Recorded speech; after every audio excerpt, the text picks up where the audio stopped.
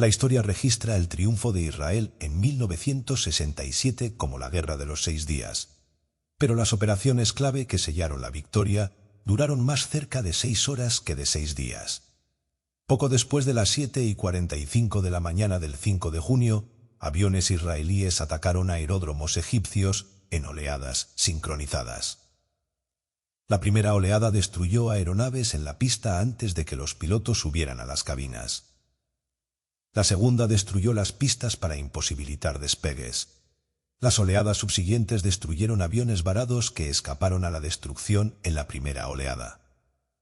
Esta audaz jugada inicial aseguró la superioridad aérea sobre Egipto, el enemigo más peligroso de Israel, y convirtió la victoria sobre toda la coalición árabe en algo prácticamente inevitable. Los tanques árabes se transformaron en blancos fáciles, y las fuerzas de defensa de Israel se volvieron imparables.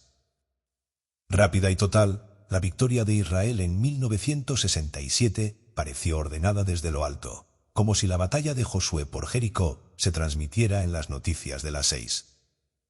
Sin embargo, solo 6 años después, los ejércitos egipcio y sirio superaron las defensas de Israel, y lo hicieron precisamente como Israel les había hecho a ellos en 1967, en un solo día. A las 2 de la tarde del Yom Kippur, el 6 de octubre de 1973, fuerzas egipcias y sirias irrumpieron a través de las fronteras de Israel en el desierto del Sinaí y las alturas del Golán. La velocidad y el poder del ataque abrumaron a los defensores israelíes en la línea del frente y desconcertaron a su liderazgo militar y civil. De repente resultó claro que las suposiciones de Israel sobre su propia fuerza, el carácter de sus enemigos y la forma fundamental del campo de batalla moderno eran erróneas. El asalto llevó a algunos líderes israelíes al borde de un colapso mental, en particular al ministro de Defensa Moshe Dayan, el ícono con parche en el ojo que representaba la calma bajo fuego. Dayan murmuró a comandantes superiores en la mañana del 7 de octubre que el tercer templo estaba en peligro, y expresó su temor de que el Estado de Israel enfrentara la destrucción. En una sesión informativa a la primera ministra Golda Meir, sugirió detonar un arma nuclear para disuadir a Egipto y Siria, al mismo tiempo que propuso retroceder al centro de la península del Sinaí y ceder el control total del canal de Suez a los egipcios. Meir rechazó las recomendaciones de Dayan, pero no porque considerara la situación menos amenazante. Lo que más pesaba en su mente era el problema del material. Los generales israelíes habían planeado una guerra rápida, de 3 a 5 días de duración, similar a la de 1967. Nunca imaginaron algo como el conflicto en el que se encontraban. Ese conflicto consumía vehículos blindados, aviones y municiones a escala industrial, sin mencionar las vidas humanas. Al tercer día resultó obvio que la guerra podría durar semanas, posiblemente meses, y que pronto involucraría las batallas de tanques más grandes desde la Segunda Guerra Mundial. ¿Cómo obtendría Israel el material necesario para sostener un conflicto de esta escala? El destino del Estado judío, admitió Meir tácitamente después, descansaba en manos de Estados Unidos y específicamente en las del presidente Richard Nixon. En los días finales de la guerra, cuando el equilibrio en el campo de batalla cambió drásticamente a favor de Israel, Meir habló con franqueza a un grupo de editores de periódicos sobre sus preocupaciones en los primeros días del conflicto. Reveló que hubo un momento particularmente difícil en el tema del equipo militar. Por desesperación, decidió que debía intentar de alguna manera llegar a Estados Unidos, de incógnito y sin publicidad, por cualquier medio, lo que fuera necesario para obtener una reunión con el presidente Nixon y preguntarle qué sería de ellos. Su admisión de la dependencia israelí puso en duda aspiraciones fundamentales del movimiento sionista, que la victoria de 1967 pareció cumplir. La guerra de los 6 días dio a los israelíes una falsa sensación de vivir con seguridad detrás de muros invencibles. Gracias a las formidables fuerzas de defensa de Israel, los israelíes ya no dependían para su supervivencia, como sus ancestros en la diáspora, de la buena voluntad y generosidad de los gentiles, o eso pensaban. ¿Cómo se transformó la autosuficiencia en dependencia tan rápidamente? Soldados en el campo de batalla formulaban preguntas similares. En sus memorias, Ariel Sharon, el futuro primer ministro de Israel que comandó una división de tanques en la guerra de Yom Kippur, describe la confusión que observó entre soldados israelíes mientras retrocedían ante el abrumador fuego egipcio. Sharon escribe que vio algo extraño en sus rostros, no miedo, sino desconcierto. De repente algo les ocurría que nunca había pasado antes. Eran soldados educados en victorias, no fáciles quizás, pero victorias al fin. Ahora se encontraban en estado de shock. ¿Cómo era posible que estos egipcios cruzaran el canal justo frente a ellos? ¿Cómo avanzaban ellos y ellos eran derrotados? Cuando los soldados israelíes llevaron sus historias a casa, toda la nación comenzó a debatir esta pregunta, y no ha parado hasta hoy. ¿Cómo fallaron las agencias de inteligencia israelíes, tan alabadas, en prever la guerra? ¿De quién fue la culpa? ¿Qué se debió hacer de manera diferente? Incluso las mejores respuestas a estas preguntas proporcionan solo una imagen incompleta de la verdad, y a veces enmarcan el debate en términos engañosos, porque se enfocan en el fracaso para anticipar el ataque sorpresa mientras ignoran el contexto militar y diplomático más amplio. Este ensayo busca resolver algunos de estos argumentos. Mostrará que, incluso si los líderes israelíes hubieran sabido que el ataque venía, habrían subestimado su fuerza. Y sus acciones podrían no haber sido muy diferentes en ninguna circunstancia, arraigadas como estaban en decisiones tomadas 3 años antes. Explicar por qué esto es así no solo corregirá el registro sobre 1973, sino que revelará verdades importantes sobre la historia y la naturaleza de la relación entre Estados Unidos e Israel, verdades de gran importancia para el presente. Para entender el éxito inicial de la coalición árabe, se debe comenzar con la visión política y militar extraordinaria del presidente egipcio Anwar Sadat, el gran arquitecto de la guerra. Sadat basó su estrategia en lecciones aprendidas de los fracasos de su predecesor, Gamal Abdel Nasser, quien provocó la Guerra de los 6 días en 1967 y la Guerra de Desgaste en 1969 a 1970. Estas derrotas sucesivas enseñaron a Sadat que Egipto carecía del poder militar para vencer a Israel en el campo de batalla, y que su patrón superpotencia, la Unión Soviética, no poseía influencia política sobre Israel. Si el objetivo central de la política egipcia era obligar al Estado judío a retirarse de los territorios ocupados en la Guerra de los 6 días, entonces Sadat debía idear una nueva fórmula. Esa fórmula, se dio cuenta, incluiría estratagemas militares y políticas, entre ellas una relación mejorada con Estados Unidos, la superpotencia que sí ejercía influencia en Jerusalén. Nasser murió en septiembre de 1970. Incluso antes de que lo enterraran, Sadat se dedicó a convencer a Nixon de que Egipto anhelaba el amor de Estados Unidos. Su canal hacia el presidente fue el secretario de Salud, Educación y Bienestar, Elliot Richardson, quien lideró la delegación estadounidense al funeral de Nasser. En un momento, la procesión se detuvo para que, sin que los dignatarios lo supieran, el nuevo presidente egipcio se recuperara de un golpe de calor. Mientras el premier soviético Alexei Kosygin, el premier chino Zhou Enlai y el emperador Haile Selassie de Etiopía esperaban en una carpa para que la procesión se reanudara. Sadat instruyó a sus ayudantes para que escoltaran a Richardson al sótano de un edificio cercano, donde el líder egipcio descansaba en una camilla.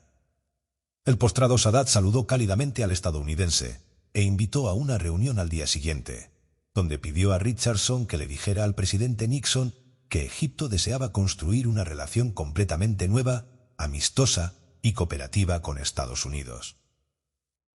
Sadat siguió con muchas más expresiones de calidez y buenos sentimientos, que rápidamente dieron frutos. A principios de mayo de 1971, el secretario de Estado William Rogers visitó El Cairo, el primer secretario de Estado en pisar suelo egipcio desde que John Foster Dulles llegó al país unos 20 años antes. Sadat dijo en el momento en que los dos hombres se sentaron que sabía que era lo principal en su mente: y que quería hablar de ello de inmediato. Era la Unión Soviética.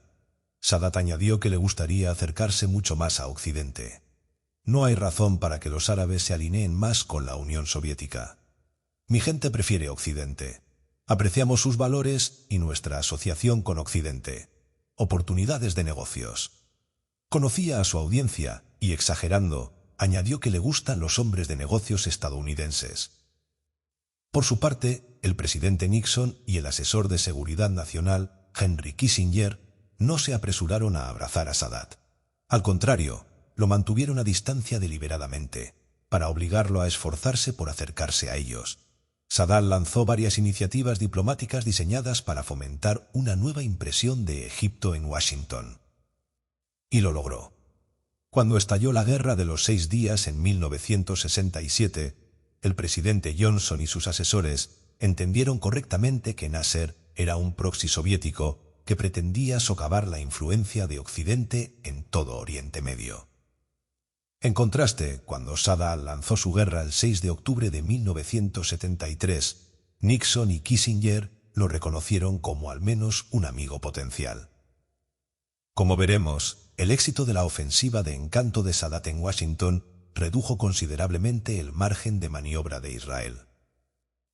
Sadat también concluyó que extraer concesiones de los israelíes requeriría que Egipto lanzara una guerra en la que asestara un golpe poderoso en la ronda inicial. Bien familiarizado con la sensibilidad de Israel a las bajas, calculó que aunque no podía desalojar al ejército israelí de la península del Sinaí, que le había quitado a Egipto en 1967, al menos podía sangrarlo. Un alto número de muertos sacudiría a los líderes israelíes tan severamente que comenzarían a cuestionar si retener el territorio valía el costo. Para planear un asalto que lograra estos objetivos, Sadat estudió los fracasos de Egipto en guerras anteriores. Resolvió problemas con soluciones fáciles. Para los irresolubles, encontró alternativas. El problema más difícil era la fuerza aérea israelí. Sus generales explicaron que no tienen opción sino prepararse para una batalla bajo condiciones de superioridad aérea enemiga. Pero continuaron, Egipto podía neutralizar esa superioridad en áreas limitadas mediante misiles tierra-aire o misiles tierra-aire. Esta idea representaba nada menos que una revolución en asuntos militares, la primera versión de lo que hoy se llama estrategia de antiacceso y de negación de área. En años recientes, los esfuerzos de China para hacer el Mar del Sur de China impenetrable para la Marina de Estados Unidos han convertido el acrónimo Estrategia de Antiacceso y de Negación de Área en algo común en círculos de política exterior. Pero no siempre fue así. La estrategia debutó en el escenario mundial en la Guerra de Yom Kippur. El plan de Sadat era brillantemente simple. Colocaría un gran número de misiles tierra-aire soviéticos de última generación en la orilla oeste del Canal de Suez, tantos como para crear un paraguas impenetrable que no solo cubriera el canal, sino que se extendiera por millas en territorio controlado por Israel. A lo largo de la línea principal de batalla, por lo tanto, habría una zona que los aviones israelíes no podrían ingresar. Protegidas por el dosel de misiles tierra-aire, las tropas terrestres egipcias podrían cruzar el canal sin molestias. Usualmente pensamos en las guerras como intentos de aplastar un ejército enemigo, capturar territorio significativo o controlar una población. Pero Sadat, porque seguía el dictum de Clausewitz de que la guerra es una extensión de la política por otros medios, persiguió solo ganancias territoriales modestas que sirvieran a sus propósitos diplomáticos. Al hacerlo, desconcertó a analistas israelíes y estadounidenses, quienes tuvieron dificultad para entrar en la mente de un líder que iniciaría una guerra mayor, sacrificando miles de soldados, solo para apoderarse de unos pocos kilómetros de la península del Sinaí. ¿Por qué lanzaría Sadat una guerra que no podía ganar?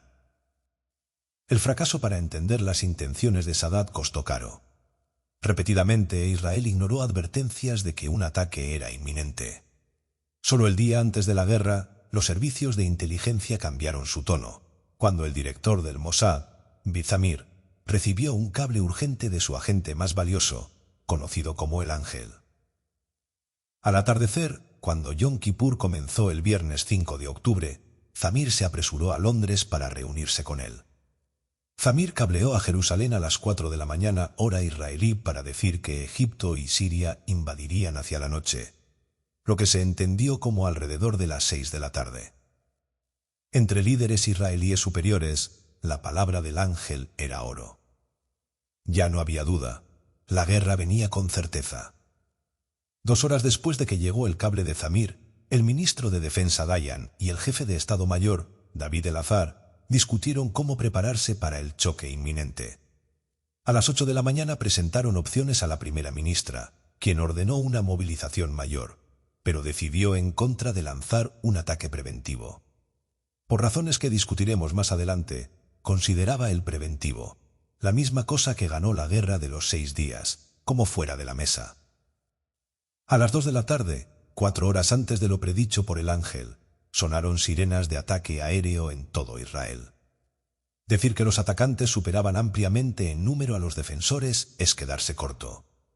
En el norte, 5 divisiones sirias con 1.400 tanques y 1.000 piezas de artillería atacaron las 2 brigadas israelíes estacionadas en el Golán, que disponían solo de 177 tanques y 50 piezas de artillería. En el sur, los números eran aún más desequilibrados. 5 divisiones de infantería egipcias con casi 100.000 soldados, 1.300 tanques y 2.000 piezas de artillería se lanzaron a través del canal de Suez contra unos 450 reservistas israelíes mal entrenados. Los desafortunados defensores en el Sinaí guarecían la línea Bar-Lev, una cadena de 16 fortalezas defensivas detrás de una enorme barrera de arena, fortalezas demasiado separadas para proporcionarse apoyo de fuego efectivo mutuo. Después de cruzar el canal, las fuerzas egipcias atravesaron fácilmente los amplios huecos entre ellas. El plan de guerra israelí dependía de la fuerza aérea para ralentizar el avance y ganar tiempo para traer reservas. Pero nada preparó a los pilotos israelíes para los misiles tierra-aire que encontraron. En 1967, los pilotos parecieron invencibles. Solo 6 años después, perdieron entre el 10 y el 30% de sus aeronaves operativas en las primeras 24 horas del conflicto. El alto mando israelí estaba en estado de shock. Los misiles SAM-6 móviles de Egipto, los más avanzados del lote, resultaron especialmente letales, pero el mayor desafío fue la pura cantidad de misiles y la densidad del fuego. Un piloto israelí dijo que era como volar a través de granizo. Los cielos se llenaron repentinamente de misiles tierra-aire y requirió toda la concentración para evitar ser alcanzado. Los misiles SAM-6 no fueron el único sistema de vanguardia que los egipcios desplegaron con creatividad. La infantería de combate de Sadat cruzó el canal con misiles antitanque guiados Shaher portátiles. En ese momento, una granada propulsada por cohete típica mantenía precisión solo hasta unos cientos de yardas. Los Shaher, en contraste, tenían un alcance de 2 millas. Un operador de Shaher desplegaba un lanzador y luego se cubría cerca. Desde esta posición segura, disparaba un misil a un tanque aproximante. Dado que los misiles permanecían conectados por un cable largo a la estación de control, el operador, usando un joystick, podía dirigirlos al objetivo con precisión mortal. Entre 1967 y 1973, oficiales egipcios estudiaron la doctrina de las Fuerzas de Defensa de Israel. Los egipcios entendieron que los comandantes de tanques israelíes contraatacarían a la primera oportunidad. Los israelíes siguieron ese guión el 8 de octubre, que se convirtió en el día más infame en la historia de las Fuerzas de Defensa de Israel. Mientras los tanques Patton israelíes avanzaban para encontrarse con los invasores, misiles Shaher perforaron su blindaje con facilidad. Una unidad perdió 22 de sus 25 tanques en 5 minutos. Durante toda la guerra, Israel perdió un total de unos 1.000 tanques, más de 100 en el primer día, la mayoría por Shaher. El 9 de octubre, el contraataque israelí se detuvo. Moshe Dayan parecía inestable a sus colegas, y la primera ministra Meir estaba profundamente conmovida. Después de menos de 3 días de combate, la guerra consumía aviones, tanques y municiones a un ritmo insostenible. Cuando Meir recurrió a Washington por ayuda, la administración Nixon accedió a ayudar, pero por razones aún debatidas, actuó lentamente. Pasó casi una semana antes de que Nixon ordenara un reabastecimiento masivo.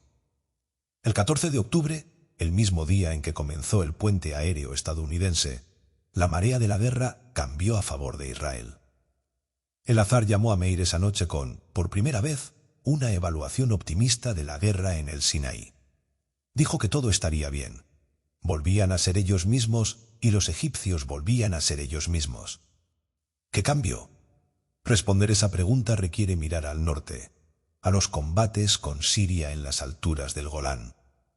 Como los egipcios, los soldados sirios de 1973 estaban mucho mejor entrenados que los de 1967.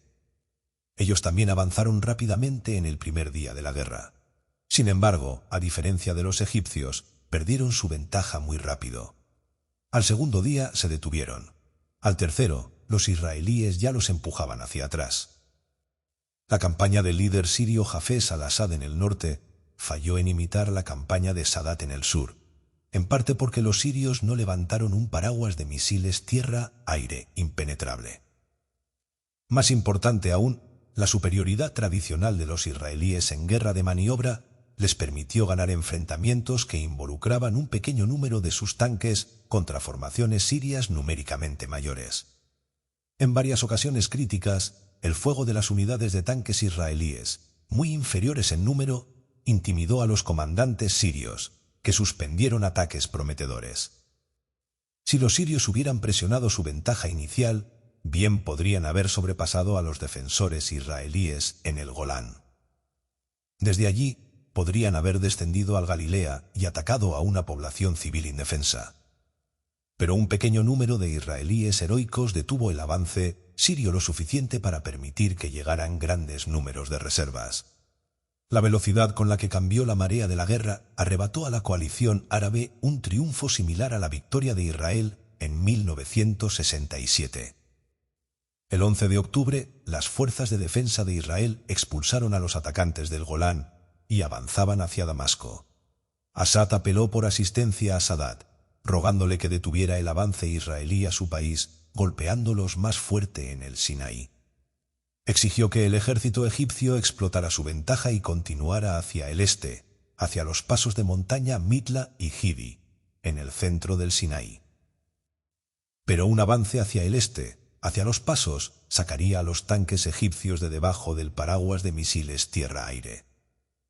Como en 1967, se convertirían nuevamente en blancos fáciles. La superioridad aérea de Israel y la ventaja táctica en guerra de maniobra volverían a entrar en juego. Por razones aún no comprendidas, Sadat arrojó la cautela al viento y respondió a las llamadas de Assad por ayuda.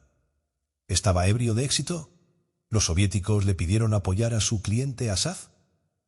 Su aliado saudí, el rey Faisal, a quien necesitaba para presionar a los estadounidenses, ejerció su influencia. Cualquiera que fuera su racional, los resultados fueron catastróficos. El 14 de octubre, la tercera brigada blindada egipcia lanzó un ataque hacia el paso Mitla con 124 tanques. En menos de 8 horas, perdió 60 tanques, 9 transportes blindados de personal y virtualmente toda su artillería. Al final del día, la inteligencia de las fuerzas de defensa de Israel estimó que los egipcios perdieron 280 tanques, suficiente para cambiar el equilibrio de la guerra. Lo que nos trae de vuelta a la llamada de El azar a Golda Meir.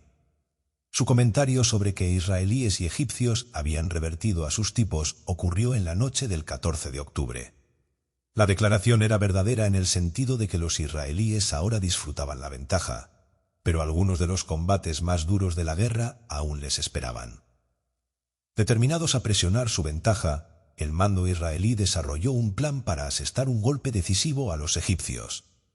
La operación requería que Ariel Sharon asegurara un cruce al lado oeste del canal, lo que permitiría a 3 divisiones blindadas israelíes rodear al tercer ejército egipcio, la fuerza clave que retenía territorio en el lado israelí. Sintiéndose de nuevo en 1967, los israelíes planearon optimistamente completar la operación de cruce en 2 días. Pero los egipcios lucharon por cada pulgada de territorio. Los siguientes 5 días vieron las batallas de tanques más intensas desde la Segunda Guerra Mundial.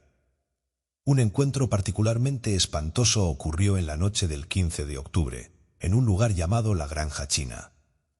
Sharon, uno de los mayores héroes israelíes de la guerra, describe la carnicería en sus memorias. Escribe que era como si hubiera tenido lugar una batalla cuerpo a cuerpo de blindados.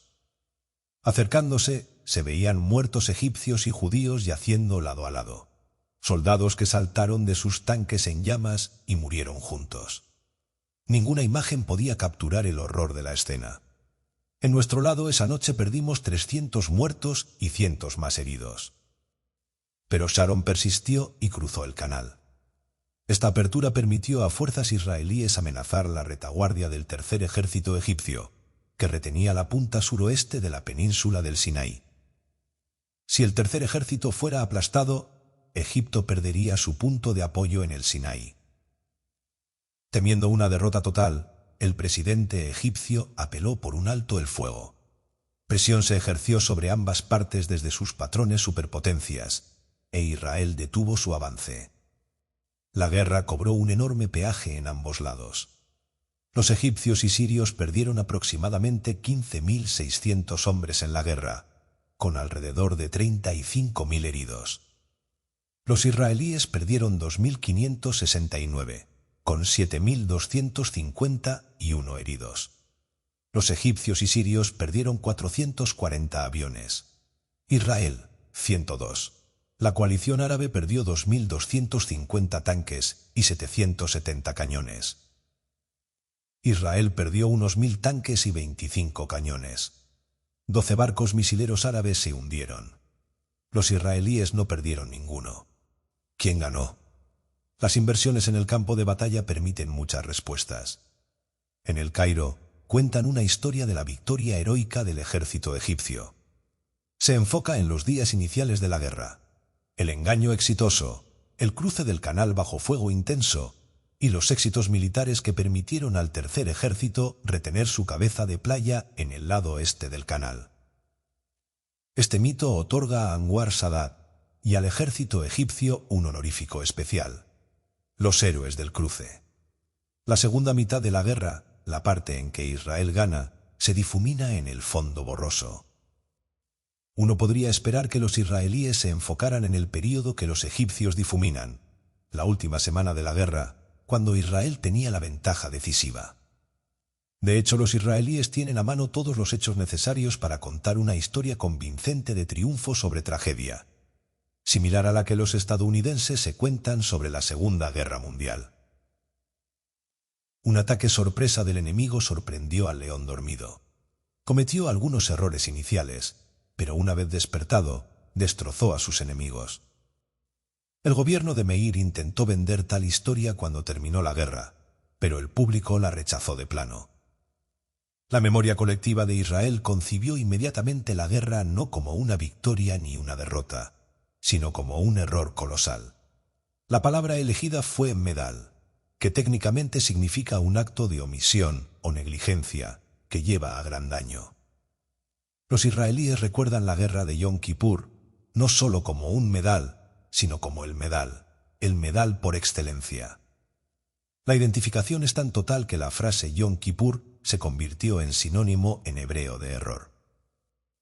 El 21 de noviembre de 1973, el gobierno estableció la Comisión Agranat para investigar la toma de decisiones defectuosa al inicio de la guerra. Shimon Agranat, presidente de la Corte Suprema, presidió la indagación. Con precisión forense, la comisión produjo un análisis profundamente influyente del medal. Para explicar qué salió mal, introdujo una palabra que se convirtió en elemento permanente del léxico político de Israel: concepcia o concepción. El término se refiere al concepto de inteligencia que cegó a líderes israelíes superiores ante todas las señales obvias, de las que hubo muchas, de que Egipto y Siria estaban a punto de atacar. La comisión tomó prestado el término del mayor general Eli Zeira, jefe de inteligencia de las Fuerzas de Defensa de Israel, y el hombre responsable en última instancia de analizar los informes recolectados por el Mossad, Shin Bet y otras agencias. Quaira lo usó para referirse a la concepción de intenciones egipcias que él y sus analistas compartían. La conceptia descansaba en dos suposiciones fundamentales. Primero, Egipto no iría a la guerra contra Israel hasta adquirir las capacidades militares necesarias para paralizar la fuerza aérea de Israel. Estas capacidades incluían, entre otros sistemas de armas, bombarderos de largo alcance que pudieran atacar objetivos israelíes en profundidad. Segundo, Siria no lanzaría un ataque mayor excepto en coordinación con Egipto. Fue a través de la concepcia que Zeira filtró la avalancha de informes que recibió indicando que sirios y egipcios estaban al borde de iniciar una guerra a gran escala. Dado que Egipto aún no poseía los bombarderos de largo alcance, razonó, Sadat debía estar faroleando. Si Egipto no preparaba un ataque, tampoco Siria. El 25 de septiembre, el rey Hussein de Jordania voló en secreto a una casa segura del Mossad cerca de Tel Aviv, donde se reunió con Golda Meir y le advirtió que Egipto y Siria planeaban un ataque conjunto contra Israel. Pero Zeira no se convenció. El 5 de octubre, el día antes de la guerra, Jerusalén supo que Moscú, patrón de Siria y Egipto, evacuaba a las familias de oficiales soviéticos de Damasco y El Cairo. Zeira respondió nuevamente evaluando la probabilidad de guerra como muy baja. Sadat y sus generales engañaron a Zeira mediante una serie de elaborados y sofisticados engaños que desensitizaron a los israelíes ante los preparativos de guerra. Entre 1972 y 1973, por ejemplo, el ejército egipcio se movilizó 22 veces, aproximadamente una vez al mes. Estos ejercicios adormecieron a los israelíes.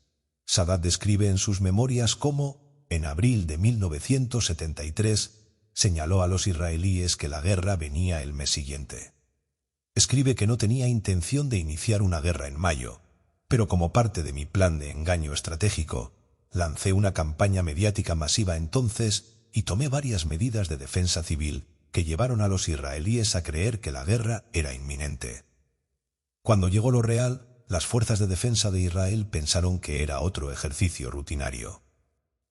En respuesta a las señales falsas de abril, sin embargo, los israelíes llevaron a cabo una movilización parcial, un paso costoso económica y políticamente, porque, entre otras razones, los reservistas provienen de los sectores más productivos de la sociedad. El episodio solo mejoró la reputación de Zeira, quien se opuso a la movilización. Sadat faroleaba, asumió Zeira, porque no poseía los bombarderos de largo alcance necesarios para neutralizar la fuerza aérea israelí. La concepcia se vindicó. A inicios de octubre, cuando la movilización real de Egipto para la guerra estaba en marcha, la confianza de Zeira en su capacidad para leer las intenciones de Sadat era alta. Incluso después de que Zamir retransmitiera el mensaje del ángel, Zeira insistió en que la probabilidad de guerra era baja, aunque para entonces el alto mando estaba dispuesto a ignorarlo. La Comisión Agranat detalló mucho de esto en un informe interino publicado el 1 de abril de 1974, que impactó la política israelí como un terremoto. Pidió despedir a varios oficiales militares, incluyendo a Zeira y al jefe de Estado Mayor Elazar, quienes fueron removidos de sus posiciones poco después. Aunque el informe se abstuvo de evaluar el desempeño de políticos, la imagen que creó de una élite ineficaz dañó personalmente a Meir y ayudó a deslegitimar al establecimiento del Partido Laborista que gobernó el país desde su fundación. No es exageración ver la elección del Likud de Menachem Begin en 1977, en parte como una réplica del informe de la Comisión Agranat. Pero la consecuencia más inmediata del informe fue el debate que generó sobre el fracaso del sistema de alerta temprana de Israel, que continúa hasta hoy. En 1993, Zeira publicó un libro intentando exonerarse. Aunque tiene pocos defensores, si acaso alguno, hay muchos analistas e historiadores cuyas conclusiones al menos apoyan su visión. La conclusión más importante es la afirmación de que el ángel, la fuente de Israel en los rangos más altos del poder egipcio, era un agente doble a través del cual Sadat pasaba desinformación a los israelíes.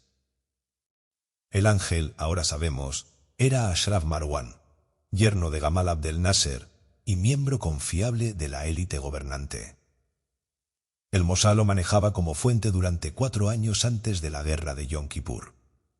Durante ese tiempo proporcionó troves de información invaluable. Pero algunos israelíes, entre quienes Zeira ahora se cuenta, pensaban que Marwan era demasiado bueno para ser verdadero. La afirmación de que Marwan era un agente doble descansa en la idea de que la información precisa que proporcionó sirvió como cebo para enganchar a los israelíes con desinformación sobre lo más importante: los planes de guerra de Sadat.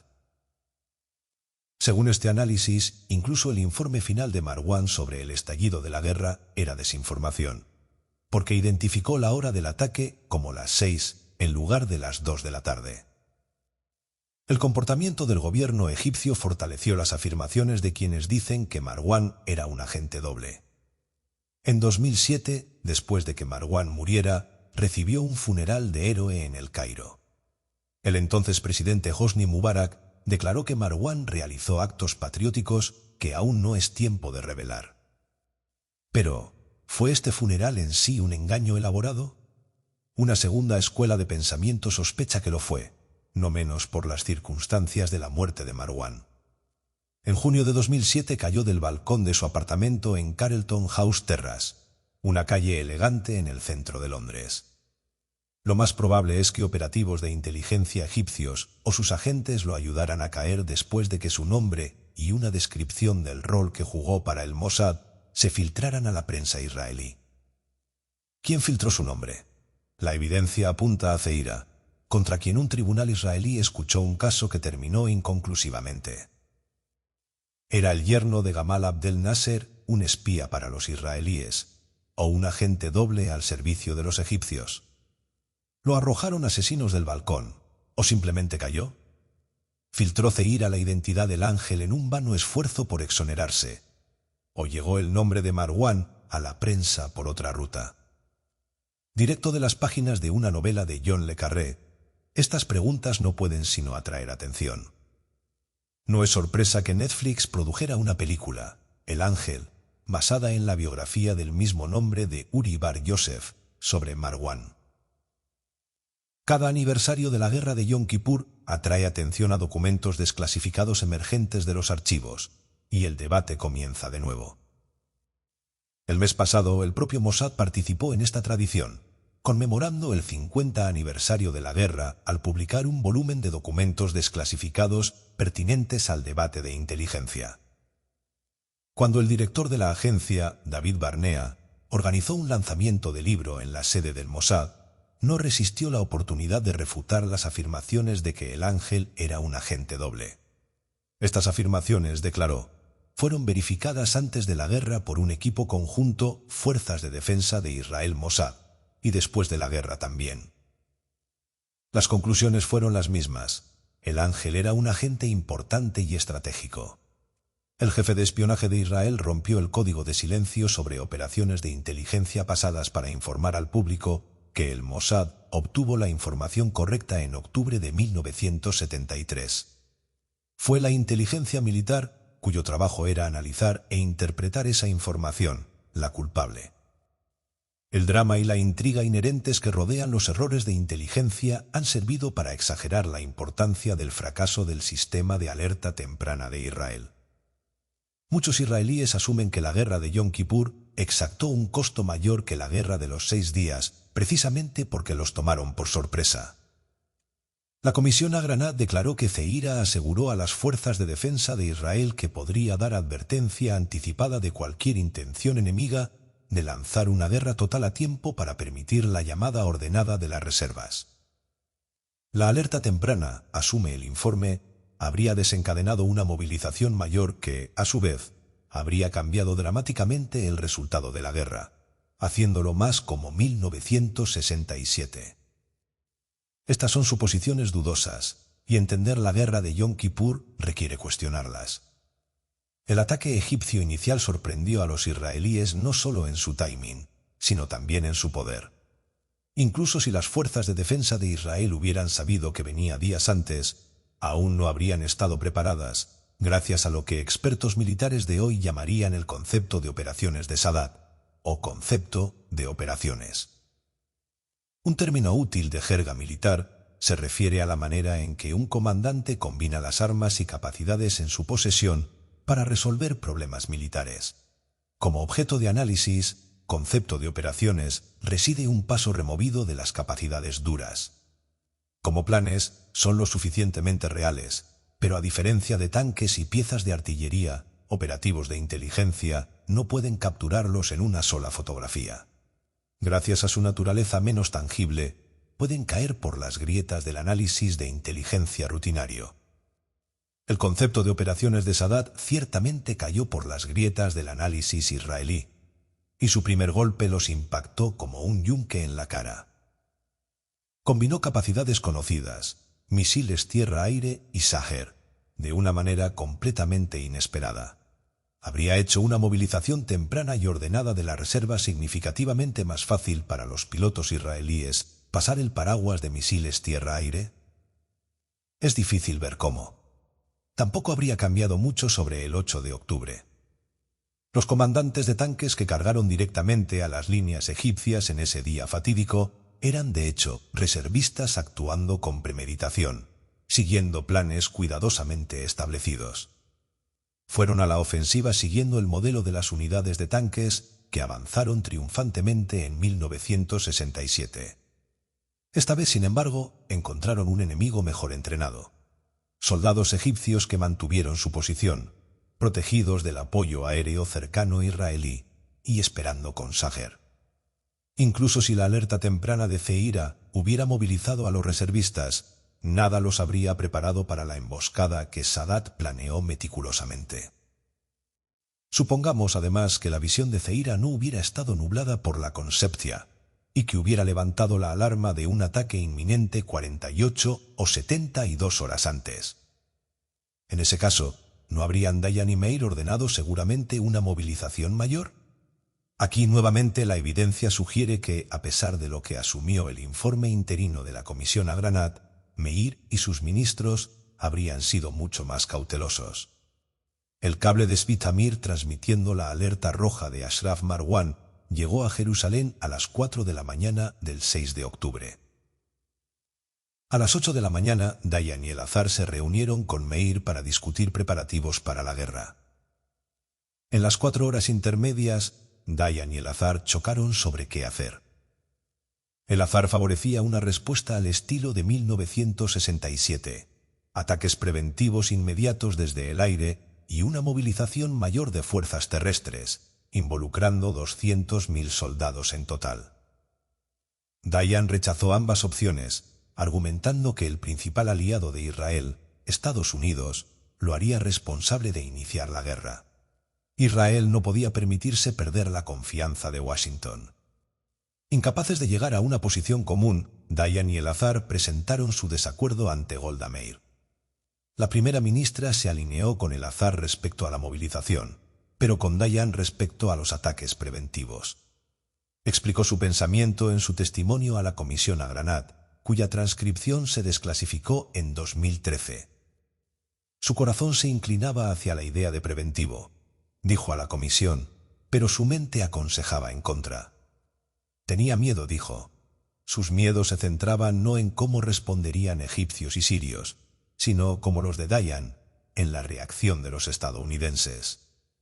Entendía que una guerra mayor probablemente requeriría la entrega de suministros de emergencia del ejército de Estados Unidos.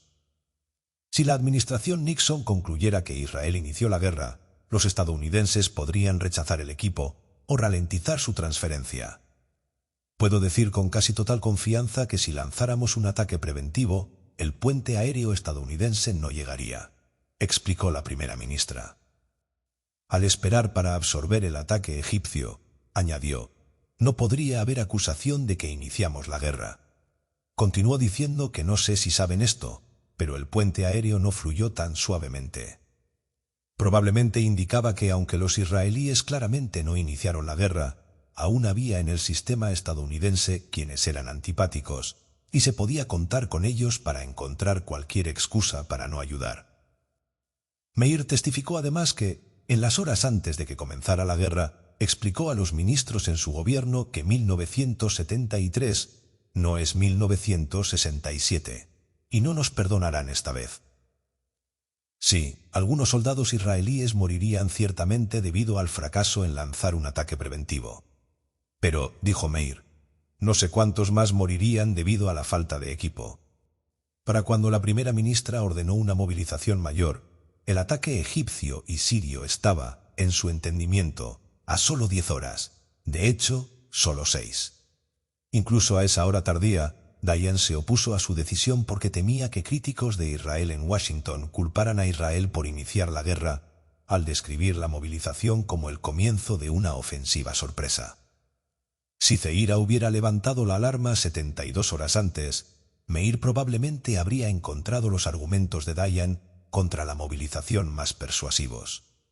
Probablemente habría dedicado al menos parte de los siguientes 2 días a convencer a los estadounidenses de que la movilización era una reacción a la agresión árabe, no sea que el equipo de Nixon la tachara de provocación que ayudó a causar la guerra en lugar de una respuesta a ella. Cualquiera que sea el caso, una cosa es clara. Incluso si Golda Meir hubiera ordenado la movilización unos días antes, no habría lanzado un ataque preventivo. En su primera interacción con Washington en la mañana del 6 de octubre, cableó a Kissinger con 2 mensajes centrales: que Egipto y Siria estaban a punto de atacar, y que Israel no tenía intención de lanzar ataques preventivos. Esos mensajes encontraron al secretario de Estado Henry Kissinger a las 6:15 de la mañana, dormido en su suite en las Torres Waldorf en Nueva York, donde atendía la sesión anual de la Asamblea General de las Naciones Unidas. ¿Qué hizo a Meir tan segura de que los estadounidenses ansiaban oír que no se contemplaba preventivo? ¿Por qué concedió el punto sin siquiera una discusión? Ni Meir ni nadie más tenía la más mínima idea de la fuerza del golpe que Sadat había preparado. Nadie comprendía la verdadera magnitud de las ventajas e inconvenientes de lanzar o no un ataque preventivo. Pero eso no es toda la explicación. Meir y Dayan habían discutido estas preguntas con Nixon y Kissinger durante años. Conocían las mentes mutuas. No es exageración decir que la decisión fatídica de Meir de no prevenir en 1973 estaba prácticamente grabada en piedra en agosto de 1970, al final de la guerra de desgaste, una guerra que los israelíes casi olvidaron. El fracaso del conflicto para impresionar la memoria colectiva israelí, sin embargo, no debe ocultarnos cuán históricamente consecuente fue, y no solo para los israelíes. Todo líder en la guerra de Yom Kippur, israelí, egipcio, soviético y estadounidense, ocupaba una posición de responsabilidad en la guerra de desgaste. Las decisiones de 1973 solo tienen sentido a la luz de los eventos de este conflicto anterior. Gamal Abdel Nasser lanzó la guerra de desgaste en marzo de 1969. Con respaldo soviético, esta campaña militar buscaba desgastar a Israel con incursiones de comandos, salidas de bombardeo y fuego de artillería pesada a través del Canal de Suez. Con el aliento de Nixon y Kissinger, Yitzhak Rabin, entonces embajador en Estados Unidos, presionó a su gobierno para escalar el conflicto mediante raids de represalia profundos en Egipto, en el delta del Nilo. Meir y Dayan siguieron su consejo. A inicios de enero de 1970, Nasser viajó secretamente a Moscú, donde hizo una apelación emocional por mejores armas.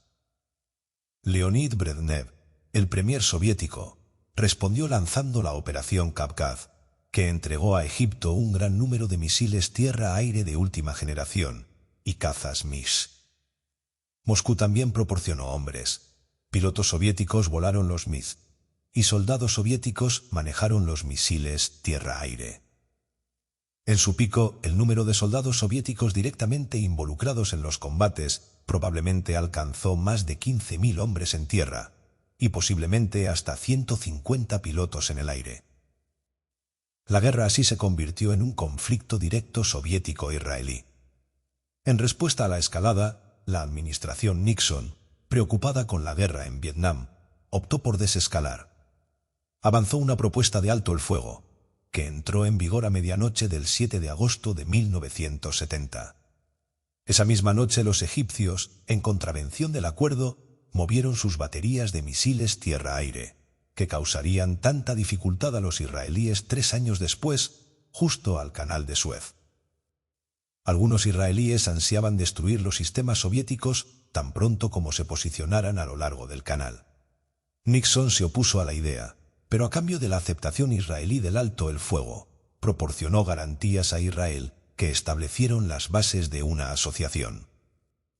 En ese momento, esa asociación se basaba en 2 compromisos estadounidenses mayores.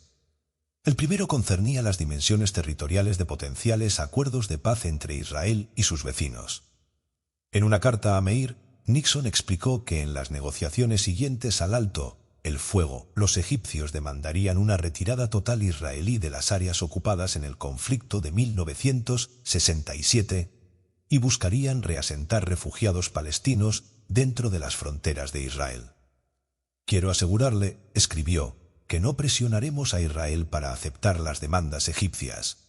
Nuestra posición sobre la retirada es que las fronteras finales deben acordarse entre las partes mediante negociaciones. Además, no presionaremos a Israel para aceptar una solución de refugiados que altere fundamentalmente el carácter judío del Estado de Israel o ponga en peligro su seguridad.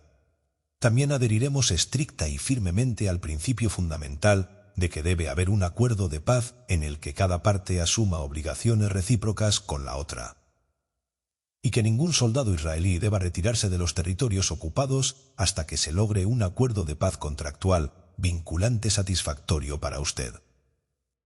Antes de agosto de 1970, aún había muchos en el sistema de seguridad nacional estadounidense que buscaban imponer concesiones territoriales al Estado judío. Golda Meir nunca olvidó el segundo compromiso que Nixon le hizo en relación con las armas. Quiero asegurarle nuevamente, escribió, mi apoyo a la existencia y seguridad de Israel y mi intención de continuar proporcionando a Israel la asistencia necesaria para asegurar que el equilibrio de poder no se altere en detrimento de Israel. 5 décadas después, podemos ver que esas promesas incluían, como argumentó el analista de Oriente Medio David Wurmser, lo que ahora es una piedra angular de la política exterior estadounidense, a saber, mantener la ventaja militar cualitativa de Israel o ventaja militar cualitativa. Reconociendo que Israel, que depende de la movilización de reservas civiles para su defensa, debe compensar el mayor tamaño y población más grande de sus adversarios mediante armamento superior. El Congreso desde entonces promulgó legislación que requiere que Estados Unidos mantenga la ventaja militar cualitativa de Israel. El primer uso documentado del término data de 1981, cuando el secretario de Estado, Halak, respondiendo por escrito a una consulta del Congreso, identificó el mantenimiento de la ventaja militar cualitativa de Israel como un legado de la administración Nixon. Tan importantes eran estos compromisos para los israelíes que, cuando Nixon los hizo por primera vez, Rabin escribe en sus memorias, algunos los consideraron una declaración Balfour de los últimos días. 3 años después, en los primeros días de la guerra de Yom Kippur, cuando Golda Meir descendió a su hora más oscura, estos compromisos la guiaron. Cuando el problema del reabastecimiento pesaba en su mente, llamó a su embajador en Estados Unidos a las 3 de la mañana y le dijo que despertara a Kissinger y Nixon para hacer fluir las cosas. En sus memorias explicó su comportamiento. Sabía que el presidente Nixon había prometido ayudarlos, y sabía por mi experiencia pasada con él que no nos defraudaría, escribe. Permítanme en este punto repetir algo que he dicho a menudo antes, generalmente para el extremo fastidio de muchos de mis amigos estadounidenses, continúa. Sin importar cómo la historia juzgue a Richard Nixon, y es probable que el veredicto sea muy duro, debe registrarse para siempre que no rompió ni una sola de las promesas que nos hizo. Pero esas promesas venían con condiciones. En una reunión en Washington en agosto de 1970, Rabin le dijo al presidente que Meir aceptó el alto el fuego en la guerra de desgaste solo por la carta personal de Nixon que garantizaba la ventaja militar cualitativa y prometía no imponer retiros territoriales. En respuesta, Nixon enfatizó que Israel nunca debería ser responsable de romper el alto el fuego. Si el conflicto se reanudara, Nixon quería asegurar que Egipto, no Israel, se viera como el agresor. Eran tiempos muy difíciles para Israel, dijo el presidente, pero debía demostrar un grado máximo de autocontrol. Como resultado de esto y innumerables intercambios similares en los 3 años siguientes, Golda Meir y Moshe Dayan hicieron sus cálculos el 6 de octubre de 1970. Y 3 con el entendimiento de que habían entrado en un quid pro quo con Washington. La administración Nixon ofrecía una asociación estratégica, que incluía un compromiso para proporcionar armas. A cambio, Israel acordó no lanzar un ataque preventivo, no desplegar la herramienta que hizo la victoria en 1967 prácticamente cierta, no sea que arriesgara a arrastrar a Estados Unidos a un conflicto directo con la Unión Soviética. El autocontrol que Nixon demandó de Israel tenía una conexión superficial con las actitudes tradicionales del Departamento de Estado, que también buscaban encadenar a Israel. Sin embargo, estas dos llamadas al autocontrol emanaban de evaluaciones estratégicas muy diferentes. La política tradicional surgía del cálculo de que Israel era una carga para Estados Unidos. Relaciones cercanas entre Washington y Jerusalén, según el argumento, alienaban a los árabes, empujándolos a los brazos de la Unión Soviética. Para mantener a los árabes en el campo occidental, Estados Unidos debía distanciarse de Israel y, más específicamente, demostrarles que no fortalecía militarmente a Israel. Kissinger era un crítico acérrimo de este enfoque, y sus ideas lo ponían en desacuerdo con William Rogers, entonces secretario de Estado de Nixon. En la visión de Kissinger, Rogers y el Departamento de Estado tenían una manía por la negociación sin sentido estratégico. Examinó Oriente Medio y concluyó que las condiciones fundamentales para un acuerdo entre Egipto e Israel simplemente no existían. Su objetivo era crear esas condiciones en lugar de participar en negociaciones infructuosas adicionales. En memo tras memo a Nixon, argumentó que esfuerzos para comprar buena voluntad árabe a expensas de Israel no ayudaban la causa de la paz, sino que recompensaban a la Unión Soviética y Egipto por participar en la escalada militar mayor que fue la guerra de desgaste. En una ruptura aguda con el pensamiento estadounidense tradicional sobre el conflicto árabe-israelí, Nixon y Kissinger concluyeron que el poder militar de Israel era un activo para Estados Unidos. Observando a Israel resistir no solo a Egipto, sino también a la Unión Soviética, calcularon que el Estado judío podía ayudar a cambiar el equilibrio de poder en Oriente Medio. Incluso podía servir como fulcro para voltear el Cairo del campo soviético al estadounidense. Para recuperar su territorio perdido y reabrir el canal de Suez, razonaron Nixon y Kissinger. Egipto debía ser obligado a negociar directamente con Israel. Los soviéticos podían ayudar a El Cairo a hacer guerra, pero solo Estados Unidos podía ayudarlo a hacer paz. Washington podía entregar a los israelíes y mediar un acuerdo duradero, pero solo si Sadat, quien para entonces reemplazó a Nasser, acordaba primero abandonar Moscú. Mientras tanto, Estados Unidos fortalecería militarmente a Israel.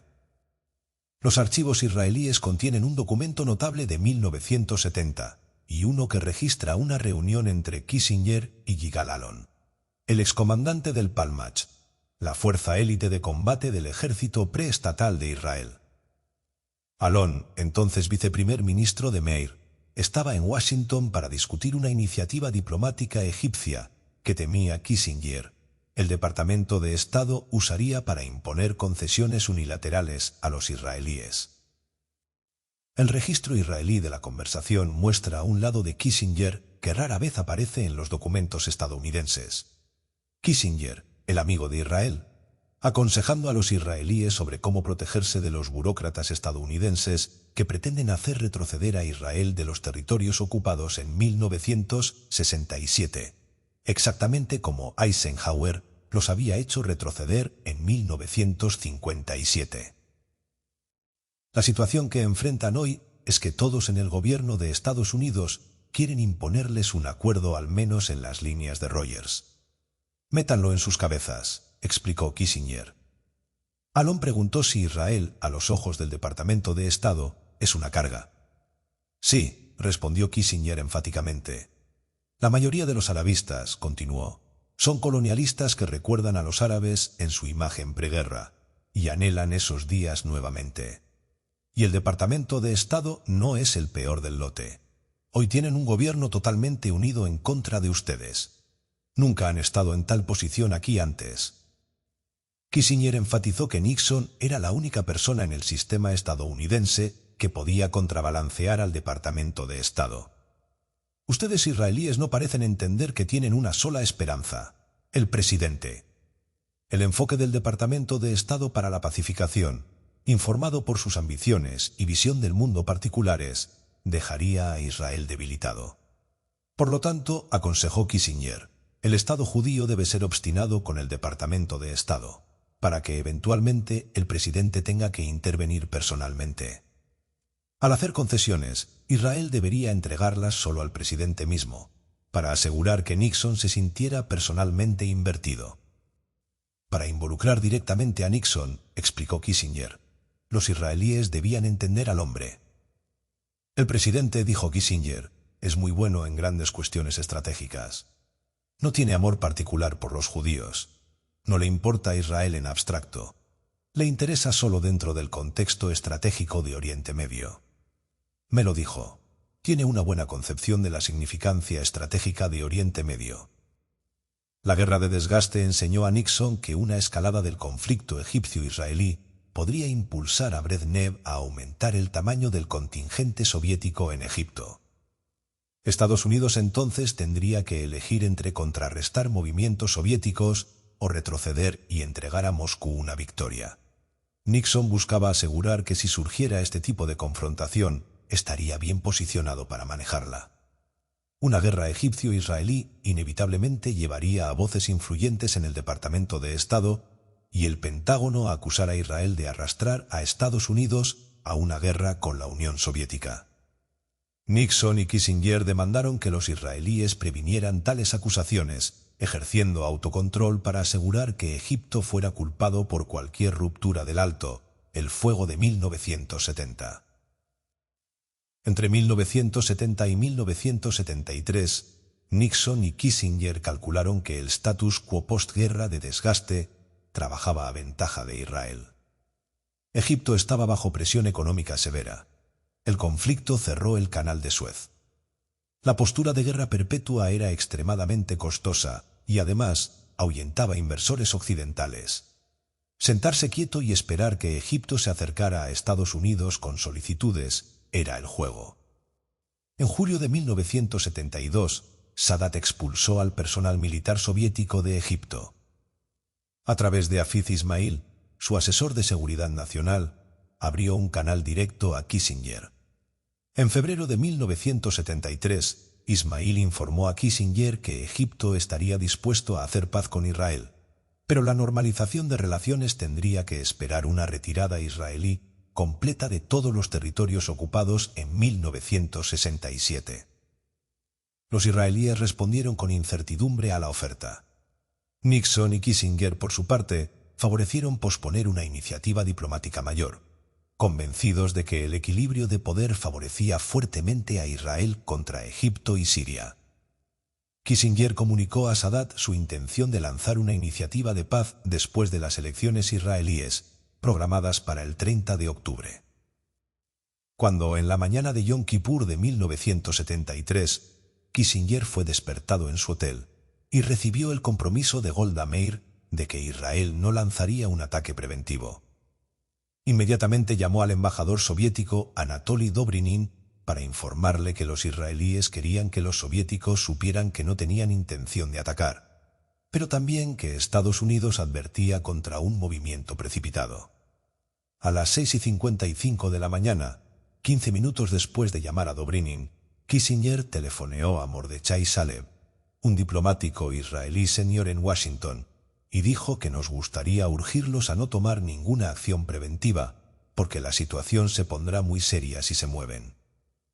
A las 7 de la mañana llamó al ministro de Exteriores egipcio y le informó que acababa de llamar a Mordechai Saleb y le había dicho que si Israel ataca primero, tomaríamos una visión muy seria de la situación, y le había dicho en nombre de Estados Unidos que Israel no debe atacar, no importa qué piensen que es la provocación. Solo podemos imaginar la alegría que Sadat y Brezhnev sintieron cuando supieron que Kissinger se inclinó hacia atrás para informarles que retenía a Israel. Para cuando Kissinger colgó con el ministro de Exteriores egipcio, quedaba menos de una hora antes de que comenzara el asalto combinado a Israel por Egipto y Siria. En ese momento la diferencia entre la política estadounidense y soviética era marcada. Mientras Moscú armaba a sus aliados hasta los dientes y luego se apartaba de su camino, Washington ataba las manos de su aliado mientras estaba a punto de ser asaltado. La política de Kissinger, por lo tanto, invita precisamente la misma crítica que, una y otra vez, niveló contra William Rogers en el primer término de Nixon. Recompensaba la agresión soviética y egipcia. Pero dar a Egipto y Siria una ventaja mayor sobre Israel nunca fue el objetivo de Kissinger. En común con todo el liderazgo israelí, incluyendo Golda Meir y Moshe Dayan, por no mencionar la Agencia Central de Inteligencia, no tenía idea del poder del golpe que Sadat preparó para Israel. Como todos los demás en la mañana de Yom Kippur, asumió que la guerra duraría solo unos días y que Israel ganaría fácilmente. El error de Kissinger surgió de un malentendido temporal del equilibrio militar, pero en términos de sus intenciones estratégicas era consistente. Desde 1970 hasta dejar el cargo, persiguió la misma estrategia que él y Nixon formularon al final de la Guerra de Desgaste en 1970, a saber, usar a Israel como palanca para separar a Egipto de la Unión Soviética. Cuando llamó al embajador soviético y al ministro de Exteriores egipcio el 6 de octubre de 1973, buscaba el mismo resultado que persiguió en 1971, cuando entrenó a Alon sobre cómo bailar alrededor del Departamento de Estado, un equilibrio de poder que favoreciera a Israel. Pero la palabra clave es equilibrio. Un equilibrio de poder permitía a Estados Unidos, en la persona de Kissinger, intervenir y mediar entre El Cairo y Jerusalén, con miras a sacar a Sadat de la esfera soviética hacia la estadounidense.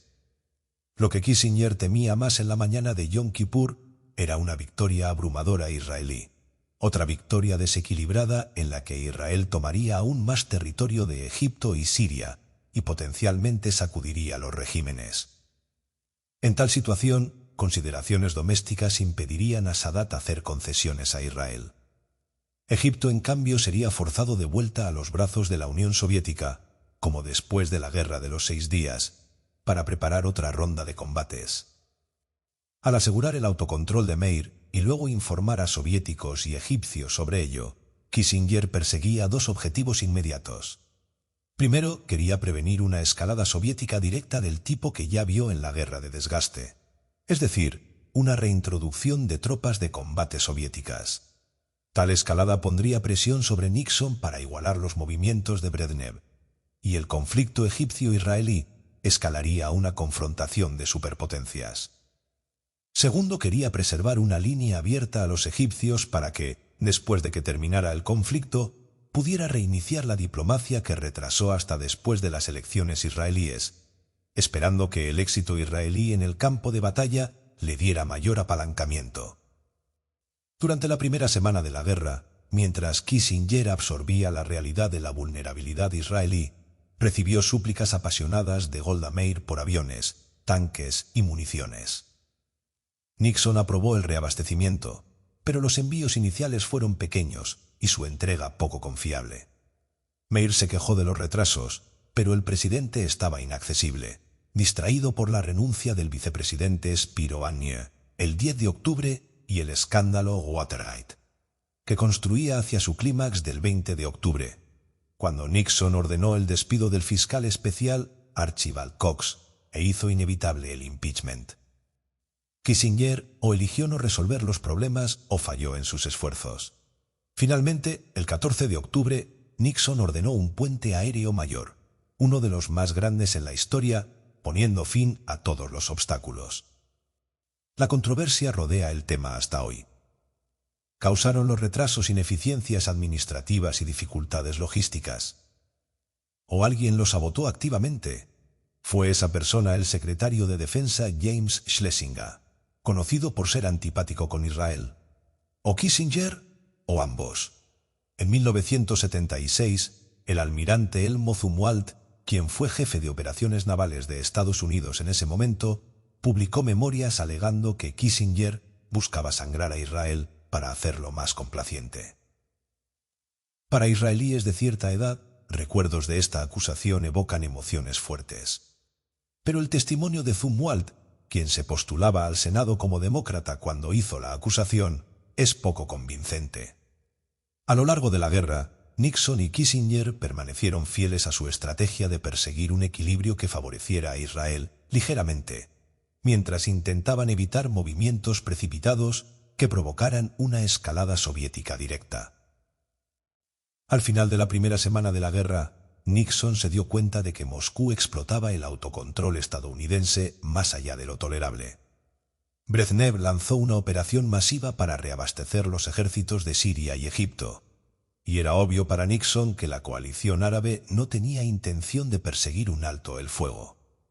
Estos hechos convencieron a él y a Kissinger de que, en consonancia con sus promesas a Meir en 1970, no tenían opción sino igualar cualquier sistema de armas que los soviéticos introdujeran en Oriente Medio.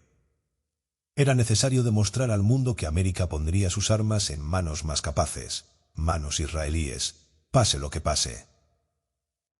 Nixon llamó a Kissinger el 14 de octubre para enfatizar que el reabastecimiento no solo debía ser efectivo, sino masivo.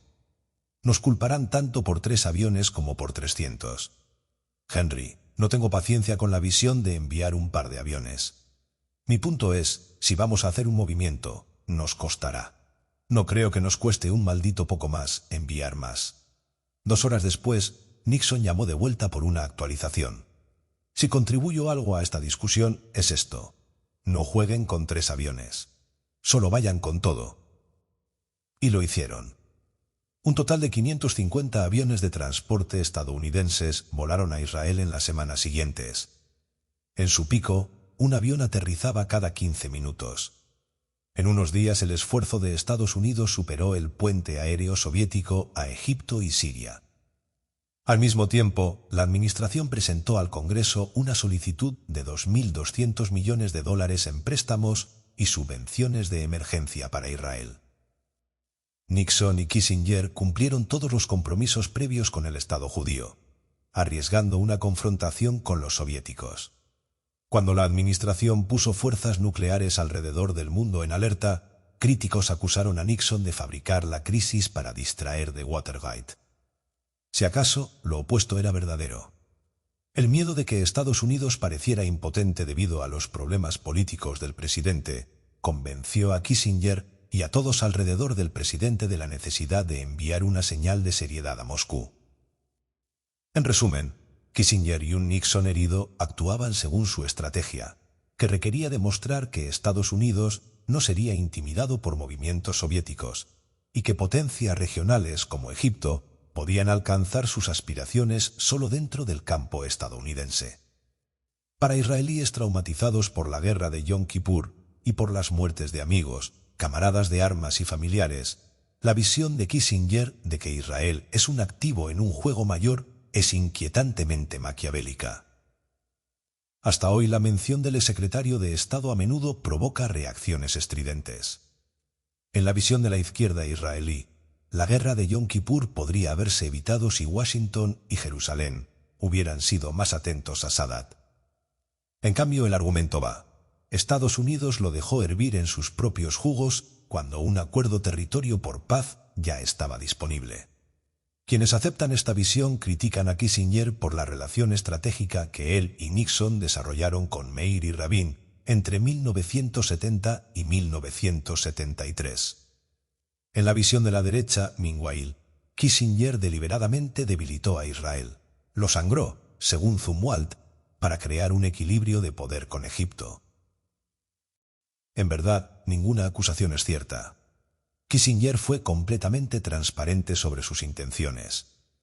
En una conferencia de prensa el 12 de octubre de 1973, las declaró de frente. Después de que estallaron las hostilidades, Estados Unidos se fijó dos objetivos principales. 1. Terminar las hostilidades lo más rápido posible. Segundo, terminar las hostilidades de manera que contribuyeran a la promoción de una solución más permanente y duradera en Oriente Medio. En otras palabras, quería usar la guerra como herramienta para lograr un objetivo estadounidense importante. Esto nos lleva a la forma final en que 1973 fue diferente de 1967. Produjo un acuerdo político significativo. Con la ayuda de Kissinger, Jerusalén y El Cairo concluyeron un acuerdo de separación de fuerzas en febrero de 1974. Fue el primer compromiso pacífico directo entre países después de casi un cuarto de siglo de hostilidades. En las décadas transcurridas desde entonces, no se ha producido ni un solo intercambio de disparos entre Egipto e Israel. Uno podría, por supuesto, llegar a una conclusión muy diferente basada en la evidencia presentada aquí. Si cree que el fracaso de Israel para prevenir, o incluso movilizar antes, fue el error esencial de 1973, entonces no fue Golda Meir, o la arrogancia israelí, o la concepcia, o Ashraf Marwan, el culpable. Fueron Nixon y Kissinger, quienes retuvieron a Israel y así causaron el Medal. Pero tal interpretación es extremadamente estrecha. Ignora primero cuánto el fracaso para entender el concepto de operaciones egipcio fue responsable de las pérdidas israelíes traumáticas en los primeros días de la guerra. Más importante, falla en ver la significancia de la alianza estratégica que Nixon y Kissinger cimentaron con Israel.